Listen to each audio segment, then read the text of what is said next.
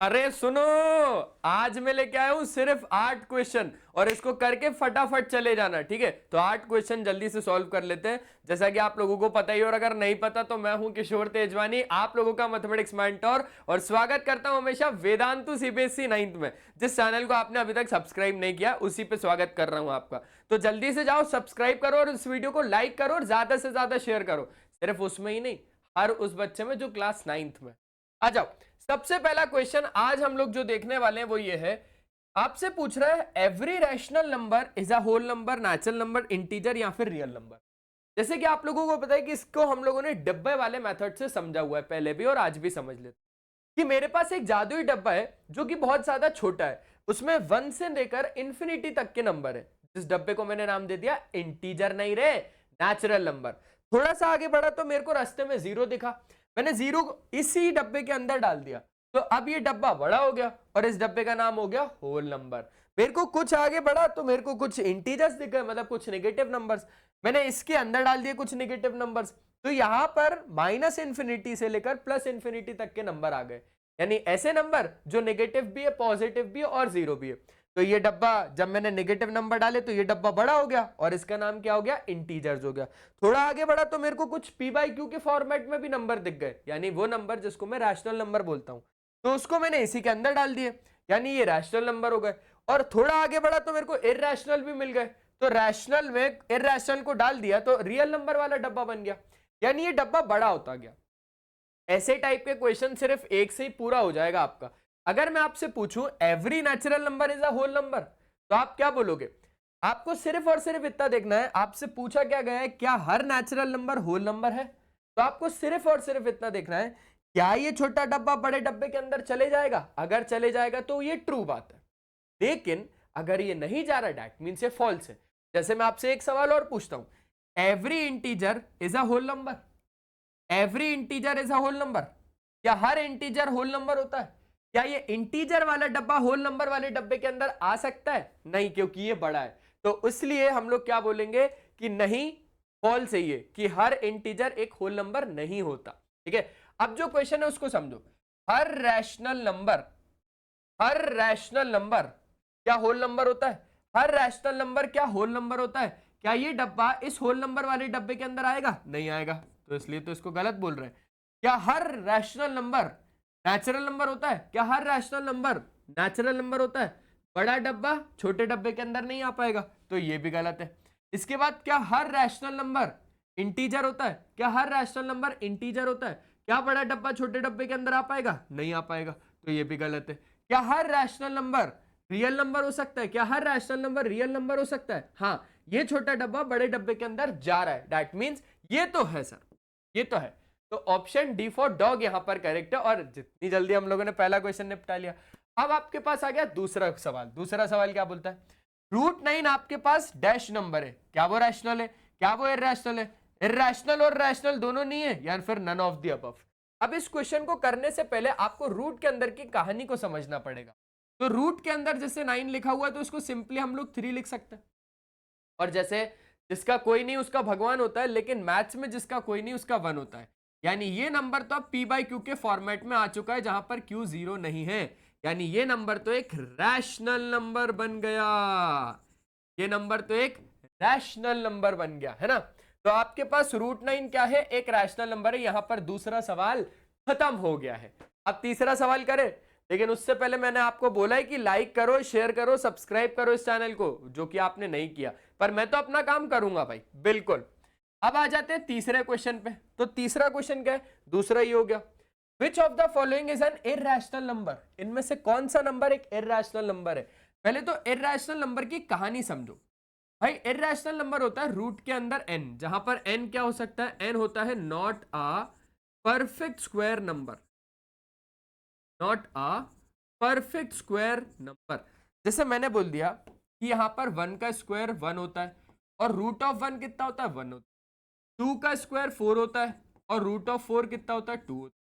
3 का स्क्वायर 9 होता है, और रूट ऑफ 9 कितना होता है सर जी? वो 3 होता है। अब आपको एक बात को समझना पड़ेगा कि 1 और 4 के बीच में, √1 और √4 के बीच में दो नंबर आते हैं, दैट इज √2 और √3। ये दोनों के दोनों नंबर इरैशनल नंबर होते हैं। अब पूछो क्यों?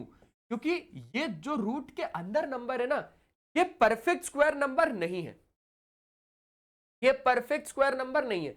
परफेक्ट स्क्वायर नंबर अगर होते तो यहां पर 1 का इसका रूट एग्जिस्ट करता। परफेक्ट स्क्वायर नंबर वो होते हैं जिसका स्क्वायर रूट एग्जिस्ट करता है। जैसे √1 का 1, √4 को हम 2 लिख देते हैं। क्यों? क्योंकि √4 डिफाइंड है कि वो 2 होता है ना। कैसे? क्योंकि आपके पास √4 को आप क्या लिख सकते हो, √4 को आप लिख सकते हो 2 × 2। अब जैसे ये दो 2 दिखे तो इसका एक 2 बाहर आ जाता है। ये पूरा सिस्टम होता है ना। तो उसी हिसाब से √2 और √3 आपके पास दोनों इररेशनल नंबर है। अब ऐसे ही हमें इसमें से देखना है कि ऐसा कौन सा नंबर है जो इररेशनल है। बहुत ज्यादा आसानी से बता देंगे। सबसे पहला √16, तो √16 तो बहुत ज्यादा आसानी से आप समझ रहे हो कि 4 हो जाता है। जैसे इसके बाद 4 का स्क्वायर ही आता है 16 और √16 4, आसान है। तो ये तो आपके पास 4/1 के फॉर्मेट में है, यानी p/q के फॉर्मेट में, जहां पर q 0 नहीं है, q तो 1 है, यानी ये तो अल्टीमेट रैशनल नंबर, ये तो रैशनल नंबर। चलो अब दूसरा चेक करते हैं, आ जाओ दूसरा चेक करते हैं। दूसरा क्या है? √12/3, √12/3, 3 4 12, यानी अगर देखा जाए तो √4, और √4 आपके पास कितना होता है? 2 होता है। समझ रहे हो ना? √4 कितना होता है? 2 होता है, यानी 2/1, यानी भाई साहब ये भी p/q के फॉर्मेट में, जहां पर q 0 नहीं है, q तो आपके पास कितना है? q तो आपके पास 1 है, तो उस हिसाब से ये भी रैशनल है। ठीक है। अब √12, अब √12 को देखने से पहले √100 को देख ले। √100 10 होता है, यानी 10/1, यानी ये भी p/q के फॉर्मेट में, तो उस हिसाब से ये भी रैशनल है। रैशनल रैशनल रैशनल, यानी ये इररेशनल। लेकिन इसको देखना पड़ेगा कि ये इररेशनल क्यों है। तो आपको मैं बताता हूं सी वाला ऑप्शन, ये वाला, कि ये इररेशनल क्यों है। क्योंकि ये √12 है, हमने इसको तोड़ के लिख दिया अंदर। 2 2 4, 4 3 12, 2 2 4 3 12, √12। अब यहां पर जैसे ही आप देखोगे, रूट के अंदर अगर 2 लोगे तो उसका एक आ जाता है बाहर और बाकी आ जाता है अंदर, यानी 2√3। अब आपको एक बात और समझ में आनी चाहिए कि √3 तो यहां पर इररेशनल है ना, √3 तो यहां पर इररेशनल है, बट सर 2 तो रैशनल है। अरे तो मेरे भाई, जब रैशनल का प्रोडक्ट होता है इररेशनल के साथ, तो आपको हमेशा इररेशनल ही मिलता है। चाहे रैशनल का सम हो रहा हो इररेशनल के साथ, चाहे डिफरेंस हो रहा हो, चाहे मल्टीप्लिकेशन हो रहा हो, चाहे डिवीजन हो रहा हो, आपको इररेशनल नंबर ही वहां पर मिलेगा। समझ गए? तो उस हिसाब से इस सी वाले का ऑप्शन, मतलब थर्ड वाले का ऑप्शन है सी। हो गया सर। अब करते हैं फोर्थ क्वेश्चन। देखो 3√6 + 4√6, मैंने बोला दोनों में से कॉमन आ रहा है √6, निकाला, अंदर कितना आ जाएगा? 3 + 4, और 3 + 4 तो 7 होता है, तो अल्टीमेटली 7, √6 आंसर हो गया, ऑप्शन ऑल करेक्ट है। अरे ऐसे करते हैं ना, 3x + 4x, तो ये x √6 है यहाँ पे, 3x और 4x कितना होता है? 7x ना। तो ऐसे ही 3√6 और 4√6 कितना होगा? 7√6। सिंपल है। अब आ जाओ पांचवा क्वेश्चन। पांचवा क्या है? √6 × √27। अरे बहुत शानदार क्वेश्चन है यार, ये तो बहुत शानदार क्वेश्चन है। √6 × √27 से पहले मैं आपको एक बढ़िया वाली लॉ ऑफ एक्सपोनेंट बताना चाहता हूं, जो कि होता है √a × √b, जो कि हो जाता है √a। अब यहां के हिसाब से √6 × √27 कितना हो जाएगा? √6 × 27, है ना। अब इसको तोड़ देते हैं अंदर ही अंदर में। √6 यानी 6 को तोड़ा तो 2 3 6, 27 को तोड़ा तो 3 3 9, 3 27। देखो ये 3 से 27, 3 2 6। अब रूट के अंदर अगर आपके पास 2 3 है तो उसका एक बाहर, 2 3 है तो उसका एक बाहर, रूट में आपके पास क्या आ गया? 2, तो 3 3 9, √9 √2, यानी कौन सा ऑप्शन करेक्ट है? ए फॉर एप्पल करेक्ट है। हो गया फिफ्थ कंप्लीट। अब करते हैं सिक्स्थ क्वेश्चन, जल्दी से आ जाओ। ये रहा सिक्स्थ क्वेश्चन। अब सिक्स्थ क्वेश्चन क्या बोलता है? तीन एंगल से क्वाड्रिलेटरल के 80 95 और 102, मतलब 112 है। आपको फोर्थ एंगल फाइंड करना है। मैंने बोला ठीक है क्वाड्रिलेटरल बना लेते हैं। बोले सर लेकिन ये तो एक पैरेललोग्राम है। अरे तो पैरेललोग्राम भी तो एक क्वाड्रिलेटरल ही होता है ना, भूल जाते हो क्या बीच बीच में? नहीं नहीं सर, भूलते तो कुछ भी नहीं। आ जाओ। तो तीनों एंगल देके रखे हैं, ये मान लेते हैं हम लोग 80 डिग्री है, ये है 95 डिग्री, ये है 112 डिग्री। उसके बाद आपको ये वाला एंगल फाइंड करना है ना। मैंने बोला कि एक काम कर लेते हैं, हम जानते हैं कि एक क्वाड्रिलेटरल में सारे एंगल्स का सम कितना होता है आपके पास? हाँ जी 360 डिग्री। उस हिसाब से ए आपके पास कितना है? 80, प्लस बी आपके पास कितना है? 95, प्लस सी आपके पास कितना है? 112, प्लस डी कितना है वो तो पता नहीं, इज इक्वल्स टू। डिग्री। ठीक है, अब देखना 9 और 8 हो जाएगा आपके पास 17, 175, 175 और 275, 275, 285, 287, तो एंगल डी बराबर हो जाएगा 360 माइनस 280, है ना। एक बार और चेक कर लेना। तो 5 और 2 7 हो गया, और 8 17, 17 और 18, ठीक है, दो हो गया। ठीक है, तो यहाँ पर ये हो गया 290, मतलब 13 यहाँ से बचा, 13 यहाँ से बचा, उसके बाद ये हो गया 73, मतलब एंगल डी आपके पास आ गया 73। आसान था, आसान था ये को। तो option B for ball correct है, हो गया 6th क्वेश्चन कंप्लीट। अभी भी अगर आप लोगों ने लाइक नहीं किया है तो जल्दी से जाओ, इस वीडियो को लाइक करो यार, और इस वीडियो को ज्यादा से ज्यादा बच्चों में शेयर करो, क्योंकि अब ऐसे क्वेश्चंस आते जाएंगे, धमाकेदार क्वेश्चंस आते जाएंगे आते जाएंगे आते जाएंगे। The angles of a quadrilateral are in the ratio 3:4:5:6। हमें स्मॉलेस्ट एंगल बताना है, बता देंगे। ये है आपके पास 7th क्वेश्चन। फिर से हमने क्या बोला, फिर से हमने बोला एक क्वाड्रिलेटरल बना लेते हैं। ठीक है, बनाया एक क्वाड्रिलेटरल जिसमें कि इसका नाम रख दिया हमने ए बी सी और डी। आपको पता है जब रेशियो में, जब एंगल सारे रेशियो में होते ना, जब सारे के सारे एंगल्स रेशियो में होते ना, और जब ये रेशियो से हटेंगे, मान के चलो ये सारे के सारे रेशियो से हट गए, तो मान लेते हैं ये है एंगल ए, तो रेशियो से हटा तो इसके साथ एक कांस्टेंट आएगा जो कि है 3x। एंगल बी जब रेशियो से हटा तो ये हो जाएगा 4x। एंगल सी जब रेशियो से हटा तो ये हो जाएगा 5x।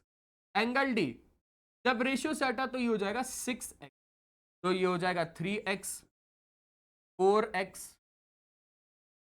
5x, और ये हो जाएगा 6x। ठीक है, अब यहां पर बहुत अच्छे से हम जानते हैं कि एक क्वाड्रिलेटरल में सारे एंगल्स का सम कितना होता है 360 डिग्री। तो एंगल ये हो जाएगा 3x plus 4x plus 5x plus 6x बराबर 360 डिग्री। तो यहां पर अगर आप देखोगे तो 6 और 4 10, और ये हो जाएगा आपके पास 18x बराबर 360 डिग्री। देखो ना, 6 और 4 हो जाएगा 10, 5 और 3 हो जाएगा 8, तो x बराबर कितना हो जाएगा 360 अपॉन 18, 18 टू 36, 0 का 0, तो x बराबर कितना हो जाएगा आपके पास 20 डिग्री। क्या हो जाएगा 20 डिग्री। चलो इसके बाद क्या करना है, आपको हर एक एंगल तो फाइंड करना है, और वो तो हम लोग कर ही लेंगे। जैसे एंगल ए आपके पास कितना है 3 इंटू एक्स, एक्स कितना है 20, तो 3 टू कितना हो जाएगा 60, 60 डिग्री। एंगल बी आपके पास कितना है, एंगल बी आपके पास 4x, 4 टू 8 यानी 80 डिग्री। चलो एंगल सी आपके पास कितना है 5x, यानी 5 टू 10 यानी 100 डिग्री। ठीक है, एंगल डी आपके पास कितना है, वो है आपके पास 6x, यानी 6 टू 12 यानी 120 डिग्री। हो गया, आ गया। अब आपको बोला था कि सबसे छोटा एंगल कौन सा है, तो सबसे छोटा एंगल कौन सा है, ये रहा एंगल ए 60 डिग्री। हो गया, option B for ball correct. कितनी ज्यादा आसानी से 7 क्वेश्चन हो गए। अब आखिरी वाला क्वेश्चन है जो कि है बढ़िया सा डरावना वाला, और ये क्वेश्चन भाई साहब बहुत कम बच्चे आंसर कर पाएंगे, बहुत कम बच्चे, मतलब कर तो लेंगे बट गलत आंसर करेंगे, मोस्ट ऑफ द स्टूडेंट्स की बात कर रहा हूं।